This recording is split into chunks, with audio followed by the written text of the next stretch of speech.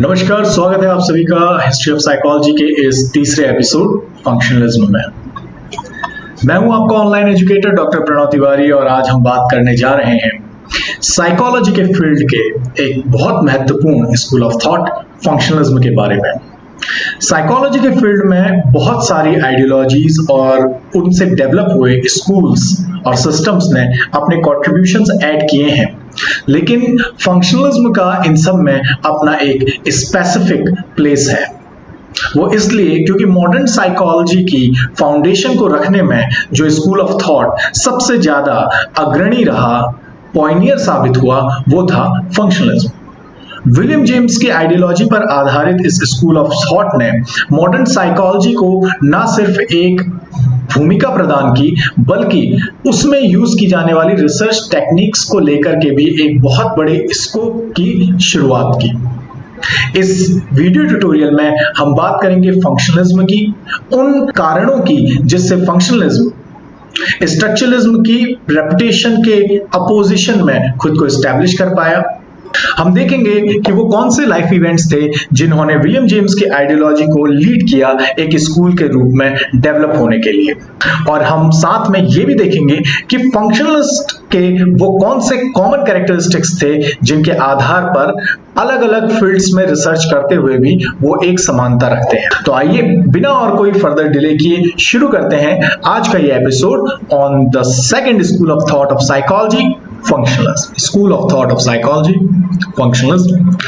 सबसे पहले देखते हैं ब्रीफ इंट्रोडक्शन, जो कि फंक्शनलिज्म और स्ट्रक्चरलिज्म के बीच के बेसिक डिफरेंस और उन कारणों को समझने में मदद करेगा जो आगे हम फंक्शनलिज्म की स्थापना के लिए जो महत्वपूर्ण साबित हुए उसके रूप में उन्हें समझने वाले हैं।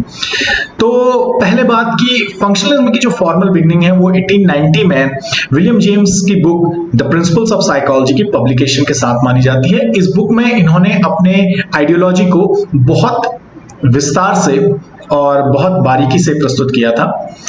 अब बात करते हैं फंक्शनलिज्म और स्ट्रक्चरलिज्म के बीच के बेसिक डिफरेंसेस की। जो स्ट्रक्चरलिज्म का शुरुआती सोर्स है, स्ट्रक्चरलिज्म के जो एजम्पशंस है, जो उसकी अवधारणा है, उनको डिराइव किया गया है एम्पिरिसिज्म से। एम्पिरिसिज्म के बारे में हम पिछले वीडियो में बात कर चुके हैं और ब्रीफली मैं ये बताना चाहूंगा कि एम्पिरिसिज्म की ये मान्यता होती है, बिलीफ होता है कि जो व्यक्ति का अनुभव है वो उसके व्यवहार को प्रभावित करता है, उसके व्यवहार को रेगुलेट करता है। दूसरा जो गोल ऑफ साइकोलॉजी था स्ट्रक्चरलिज्म का, वो था स्ट्रक्चर ऑफ माइंड को समझना, और इसके जो प्राइमरी रिसर्च टूल थे वो इंट्रोस्पेक्शन थे, जिसको ईबी टिश्नर ने एडवांस फॉर्म में और विल्हेल्म वुंड ने शुरुआती तौर पर अपनी रिसर्चेस में अपनाया था। अब बात करते हैं फंक्शनलिज्म की। फंक्शनलिज्म की जो अवधारणा थी, यानी कि फंक्शनलिज्म आइडियोलॉजी की शुरुआत के लिए जो मोटिवेटिंग फैक्टर थे, जो ऐसी चीज थी जिसने प्रेरित किया इस आइडियोलॉजी को, इस स्कूल ऑफ थॉट को, वो इवोल्यूशनरी थ्योरी थी जो कि डार्विन के द्वारा दी गई थी। फंक्शनलिज्म के जो साइकोलॉजी के गोल थे वो ये समझना थे कि माइंड और बिहेवियर किस प्रकार से वर्क करता है। बेसिकली वो फंक्शंस पर बात कर रहे थे, फंक्शनलिज्म, फंक्शंस। और इन्होंने जो रिसर्च टेक्निक्स के संबंध में अपनी अप्रोच अपनाई थी वो ये थी कि कोई भी ऐसी टेक्निक जो कि इंफॉर्मेटिव हो, जो कोई भी लाभकारी जानकारी देने में सक्षम हो, उसको ये एज अ टेक्निक अपनाने के लिए तैयार थे। आइए अब नेक्स्ट स्लाइड की ओर चलते हैं।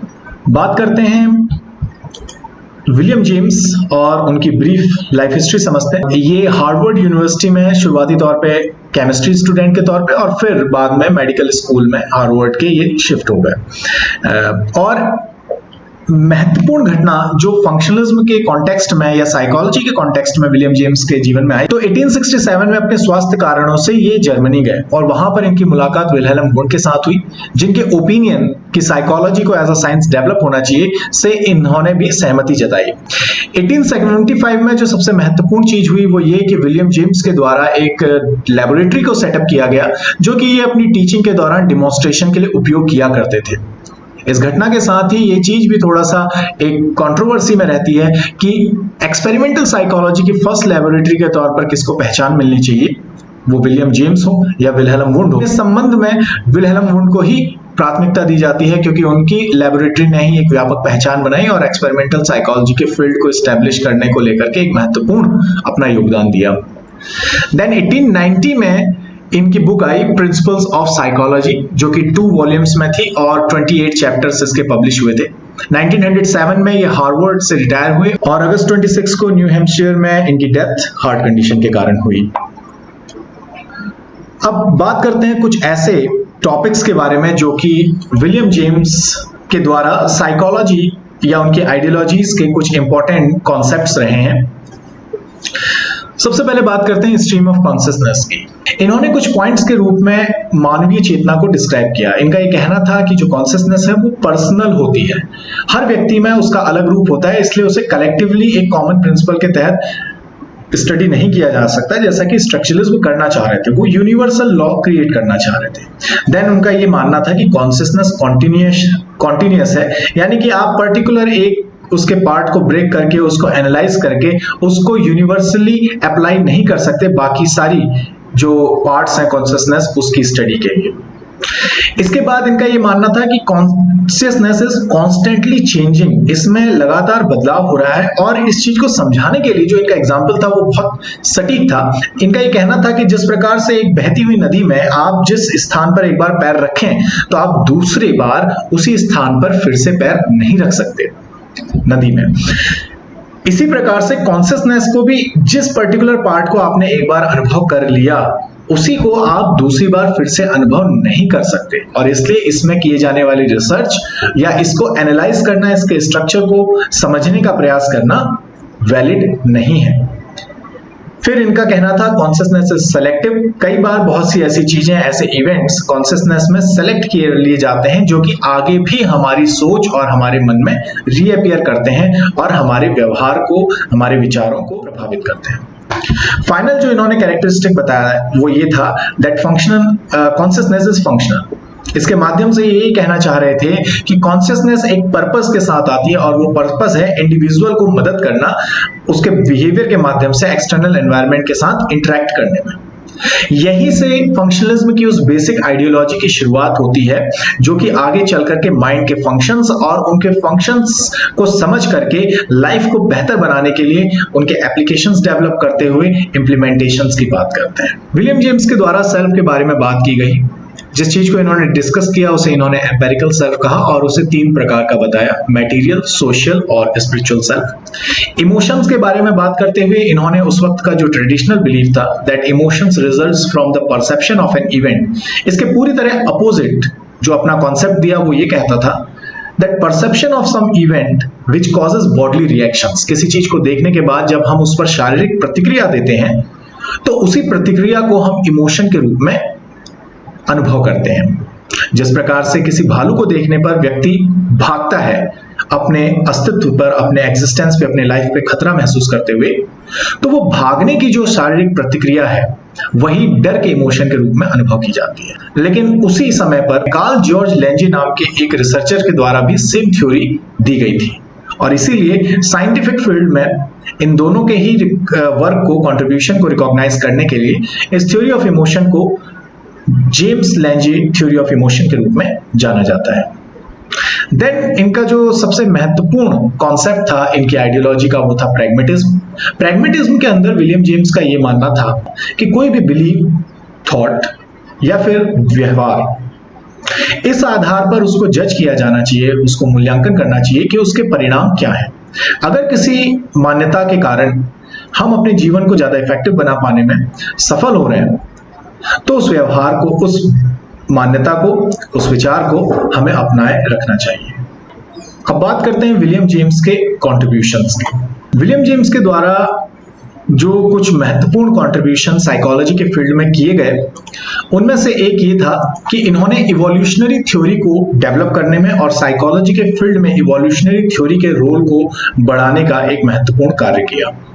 इसके बाद इनके प्रयासों और इनकी आइडियोलॉजी के आधार पर ही अप्लाइड साइकोलॉजी का फील्ड डेवलप हुआ जो कि साइकोलॉजिकल प्रिंसिपल्स और कॉन्सेप्ट के एप्लीकेशंस को डेवलप करने और लाइफ रिलेटेड बेसिक प्रॉब्लम्स में उनको अप्लाई करने के ऊपर कार्य करती है।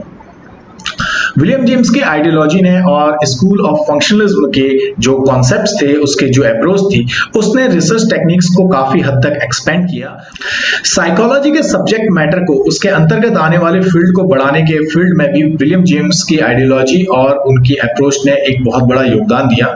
और फंक्शनलिज्म के अपने अप्रोच के चलते हुए साइकोलॉजी के सब्जेक्ट मैटर के तौर पर बिहेवियर, कॉग्निशंस, इमोशंस, वॉल्यूशन और इवन रिलीजियस एक्सपीरियंस तक को ऑब्जेक्टिव ऑफ स्टडी के तौर पर स्वीकार किया गया। अब आगे बात करते हैं उन बेसिक कैरेक्टरिस्टिक्स की जो कि फंक्शनलिस्ट में पाए जाते हैं। Characteristics of functionalism. देखिए, सबसे पहली बात तो इंटरेस्टिंग चीज ये है कि फंक्शनलिज्म कभी भी एक clearly defined school of thought नहीं रहा। तो ये सभी रिसर्चर्स जो फंक्शनलिज्म के अंदर आकर के इसके अप्रोच को अपनाते हुए अपने रिसर्चेस को कंडक्ट किए फील्ड ऑफ साइकोलॉजी में, इन सभी को फंक्शनलिस्ट कहा गया। तो हम यहाँ पर बात कर रहे हैं कुछ ऐसे बेसिक कैरेक्टरिस्टिक्स की जो कि सभी फंक्शनलिस्ट में एक समान रूप से पाए गए। स्ट्रक्चरलिस्ट के द्वारा जो एलिमेंट्स ऑफ कॉन्शियसनेस को लेकर के रिसर्च की जा रही थी, उसको इन्होंने एक स्टेराइल सर्च का नाम दिया। ऐसी सर्च जिसकी कोई प्रोडक्टिविटी नहीं थी, जिसका कोई आउटकम नहीं था। दूसरी चीज ये कि ये माइंड के फंक्शन को स्टडी करने को प्राथमिकता देते थे, प्रायोरिटी देते थे, अपेक्षा कि उसके कंटेंट्स को डिस्क्राइब किया जाए। साइकोलॉजी को एक प्रैक्टिकल साइंस के तौर पर डेवलप करने को लेकर के सभी लोग सहमत थे और इनका पर्पस ये था कि जो इनकी फाइंडिंग्स हो, रिसर्च फाइंडिंग्स हो, उनको लाइफ के इंप्रूवमेंट के लिए अप्लाई किया जाए। इन्होंने साइकोलॉजी के फील्ड ऑफ रिसर्च को ब्रॉड करने की बात कही। साइकोलॉजी के फील्ड ऑफ रिसर्च में एनिमल रिसर्च, चिल्ड्रंस और एबनॉर्मेलिटी जो ह्यूमन बिहेवियर में आती है, उस तक को इंक्लूड करने की बात फंक्शनलिस्ट के द्वारा की जाती थी। मेंटल प्रोसेसेस के पीछे के बेसिक कारणों को समझने को लेकर के फंक्शनलिस्ट के इंटरेस्ट ने मोटिवेशन के फील्ड में रिसर्च को साइकोलॉजी में बढ़ावा दिया। फंक्शनलिस्ट इंडिविजुअल्स के बीच के जो डिफरेंसेस थी, जो भिन्नताएं थी, उनमें ज्यादा इंटरेस्टेड थे बजाय कि उनकी समानताओं को स्टडी करने के। और इसी इंटरेस्ट ने आगे चल करके पर्सनैलिटी के फील्ड को एस्टैब्लिश करने में भी एक बड़ा रोल प्ले किया। फंक्शनलिस्ट के तौर पर जाने गए हर रिसर्चर विलियम जेम्स की आइडियोलॉजी से प्रभावित थे, जो कि डार्विन की इवोल्यूशनरी थ्योरी से इंस्पायर्ड थी। आज के लिए बस इतना ही। कमेंट सेक्शन में मेंशन करें कि आपको ये वीडियो कैसा लगा और चैनल को सब्सक्राइब करें अगर आप साइकोलॉजी के टॉपिक्स से जुड़े और ट्यूटोरियल्स को देखना चाहते हैं। याद रखें, मानवीय व्यवहार के मूलभूत सिद्धांतों और विभिन्न पक्षों को समझा जा सकता है, क्योंकि ये सभी सिंपली साइकोलॉजी है। Thank you for watching and have a great day.